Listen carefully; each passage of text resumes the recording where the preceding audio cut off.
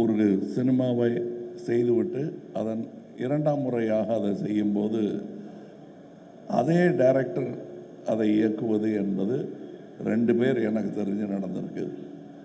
ஒருத்தர் Cecil B டிமில், இன்னொருத்தர் Hitchcock.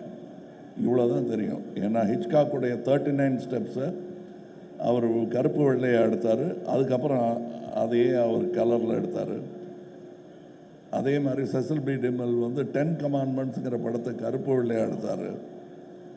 திருப்பி அதே கலரில் எடுத்தார். இன்னி வரலும் அது பேசப்படுகிறது. அந்த வாய்ப்பெல்லாம் யாருக்குமே கிடைக்காது. இது சங்கர் அவர்களுக்கு கிடைத்திருக்கிறது. அவருக்கு கிடைத்ததனால் எனக்கும் கிடைத்திருக்கிறது. ஏன்னா பியு சின்னப்பா அவர்கள் நடித்த அந்த உத்தமபுத்திரனில் அதுக்கப்புறம் நடிகர்தில் தான் நடித்தார். அவங்க இல்லை. நான் இருந்து இந்த 2ஆம் பாகத்தை பார்ப்பது, அதுவும் இந்த 2ஆம் பாகம் என்னும் ஒரு ஃபேஷன் வருவதற்கு முன்னாடி எடுத்துகிட்டு வந்தாங்க முதல் பாகத்தை. வேணா ஒரு தற்பெருமை ஒன்று நான் சொல்லிக்கலாம். இதே சாலையில் ஒரு டப்பிங் தேட்டர் நடந்துட்டு இருந்த போது இந்தியன் படத்தோட டப்பிங் போது நான் சொன்னேன், சார் 2வது பாகம் எடுத்துடலாம் அப்படின்னு நான் சொன்னேன். அப்போ அந்த படப்படப்பே எங்களுக்கு அடங்கலை. இது எப்படியாவது ரிலீஸ் பண்ணோன்னு. அப்போ நல்லா தான் இருக்குது சார், இப்போ அதை பற்றி பேசாதீங்க சார்ங்கிற லெவலில் அவருடைய மனம் இருந்தது. ஆனால் முக்கியமாக இந்த 2ஆம் பாகம் எடுப்பதற்கு கருவை எங்களுக்கு இன்றும் கொடுத்து கொண்டிருக்கும் அரசியலுக்கு நன்றி. ஏன்னா இந்த கரப்ஷன் இன்னும் அதிகமானதுனால தான் இந்தியன் தாத்தாவுடைய 2ஆம் வருகைக்கு ஒரு பெரிய அர்த்தமே இருக்கிறது உங்கள் மத்தியில். அந்த அவர்களுக்கும் இது நல்லவங்க கெட்டவங்க எல்லாருக்கும் நன்றி சொல்கிற ஒரு விஷயம். இன்னும் சொல்லப்போனால் இருக்கிறவங்க இல்லாதவங்களுக்கு கூட நன்றி சொல்லணும். இந்த மேடையில் நான் ரொம்ப சந்தோஷமாக ஒரு தலைமுறையுடன் நடித்து கொண்டிருக்கிறேன். நான் மதிக்கும் நல்ல நடிகர்கள், என் நண்பர்கள் இப்பொழுது எங்களுடன் இல்லை. அவங்களாம் இந்த வெற்றி விழாவில் பங்கெடுத்திருக்க வேண்டியவர்கள். மனோபாலா, நடுமுடி வேணும், விவேக் போன்றவர்கள். இந்த பக்கத்து ரோட்டில் இப்போ தான் முந்தானத்தை தான் எடுத்த மாதிரி இருக்குது விவேக்கோட சீன்ஸு. இவர் பக்கத்தில் உட்காந்து டைரக்ட் பண்ணிட்டு இருந்தார். காலம் எவ்வளோ வேகமாக ஓடுகிறது என்பதற்கு இந்தியன் 1, 2 எல்லாம் ஒரு உதாரணம். நாங்கள் திரும்பி பார்க்குறது கூட சங்கருங்கிற அந்த இளைஞர், அவர் நல்ல வேளை இன்னும் இளைஞராகவே இருக்கார். நல்ல வேளை நான் தாத்தாவை போட்டதுனால வித்தியாசம் தெரியல. இன்னொரு முக்கியமான ஒரு இந்த மாதிரி மேடைகளில் வழக்கமாக 2 பேர் சண்டை போட்டுக்குவாங்க, மாற்று கருத்து இருக்கும். அது இல்லாமல் போயிடக்கூடாது இதுங்கிறதுக்காக நம்ம ரவிவர்மன் ஒன்று சொன்னார்.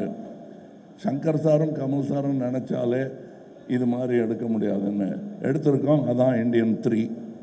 இந்த மேடையில் அதை பேசக்கூடாது. ஸோ அவரையும் எதிர்த்து பேசிட்ட ஒரு சந்தோஷம் எனக்கு இருக்குது. அவருக்கு தான் சம்மந்தப்பட்டிருக்காரு. இதில் இருக்கிற எல்லாருக்கும் ஒவ்வொருத்தருக்கும் நான் நன்றி சொல்ல ஆரம்பித்தேன்னா, நாங்கள் பாம்பே போகிறதா இருக்கோம் அடுத்த விழாவுக்கு. அது ரத்து செய்ய வேண்டியிருக்கும். இப்போ டைரக்டரே சொல்லிட்டார் குணால் அவர்களை பற்றி. குணால் அவர்களை நான் சந்திச்சே 10 வருஷம் ஆச்சுன்னு சொன்னால் 10 மேலேயே ஆயிடுச்சு. எனக்கே ஆச்சரியமாக இருக்குது.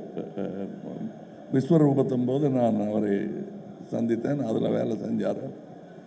ஸோ அது மட்டும் இல்லை, இந்த படம் 5 வருடம் 6 வருடம் எடுத்ததுக்கு காரணம் நாங்கள் தொழில்நுட்பமோ இதுவோ தொழில்நுட்ப கலைஞர்களோ நட்சத்திரங்களோ காரணம் அல்ல. இயற்கை, கோவிட்லேருந்து விபத்துக்கள்லேருந்து பல விஷயங்கள் எங்களுக்கு இடையூறாக வந்தும் அதிலிருந்தெல்லாம் எங்களை மீட்டு தோளில் சுமந்து வந்த லைக்கா நிறுவனத்திற்கும் ரெட் ஜெயண்ட் நிறுவனத்திற்கும் என்றென்றும் இந்தியன் 2ம் 3யும் கடமைப்பட்டது. அதன் வெற்றியை அனுபவிக்க வேண்டும், முதல் ஆட்கள் அவர்களாக இருக்க வேண்டும் என்பதுதான் சங்கர் அவர்களுக்கும் எனக்கும் ஆசையாக இருக்கிறது. காரணம், அதை எடுத்து அதை ஒரு ரசிகனாக ஏற்றெடுத்த உதயநிதி அவர்களுக்கும் நான் நன்றி சொல்கிறேன். ஏன்னா அவர் இதில் சம்மந்தப்பட்டதுக்கு காரணமே அவர் இந்த படத்தையும் இதன் நடிகனையும் டைரக்டரையும் பெரிதாக ரசிக்கிறார் என்பது தான் உண்மை. மற்றபடி இப்போ இங்கே பேசும்போது சித்தார்த் சொல்லிட்டாரு, அவர் தனியாக பேசும்போது மேடையில் மைக்கு கொடுத்து பேசுகிற மாதிரி தான் என்கிட்ட பேசுவார். அது சொன்னால் நம்ப மாட்டீங்க. இந்தியன் 3 வரட்டும், அப்புறம் வேணால் கொஞ்சம் நம்பிக்கை வரும் உங்களுக்கு. நானே ஒரு கண்ணை சுருக்கி தான் பார்ப்பேன், நிஜமாகவே என் மேலே இவ்வளோ பிரியம் இருக்குமான்னு. அந்த அளவுக்கு பிரியம் காட்டக்கூடியவர்கள் இங்கே இருக்கும் என் சகோதரர்களும் அப்படித்தான். இதில் இந்த 100%ன்னு சொன்னார் இல்லையா டைரக்டர், அது எப்படி 100% கொடுக்க முடியுங்கிறத கற்றுக்க வேண்டிய ஒரு ஆள் அனிருத்துன்னு நினைக்கிறேன். ஏன்னா என்னால் ஒரு அளவுக்கு மேலே கேட்டாங்கன்னா, சார் என்னால் முடிஞ்சது பண்ணியிருக்கேன் அப்படின்னு சொல்ல தோணும். அப்படி சொல்லாமல் இருக்கிறது எப்படிங்கிறது கற்றுக்கணும். ஏன்னா நான் எங்கே இருந்தாலும் நல்ல விஷயத்தை கற்றுக்குவேன் வெக்கப்படாமல். அதனால் தனியாக வந்து கேட்டு தெரிஞ்சுக்கிறேன். இங்கே இருக்கும் என்னுடைய நண்பர்கள் எல்லோருமே இந்த படத்தில் சம்பளம் வாங்கிட்டு நடித்தது மாதிரியே எனக்கு தோணலை. சந்தோஷமாக நடித்தாங்க. அதுக்கு வாய்ப்பது மிகவும் கடினம். இதை இன்னும் 20 வருஷம் கழித்து சொல்லிக்கலாம், 25 வருஷம் கழித்து சொல்லிக்கலாம். நான் இன்றை சொல்லிக் கொள்கிறேன்.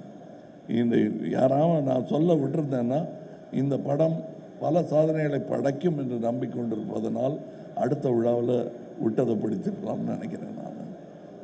மற்றபடி உங்களுக்கு நான் இதுவரை அமைதி காத்ததற்காகவும் இனி கொடுக்க போகும் உங்கள் பாராட்டு விமர்சனம் அனைத்திற்குமே நன்றி சொல்லி விடைபெறுகிறேன்.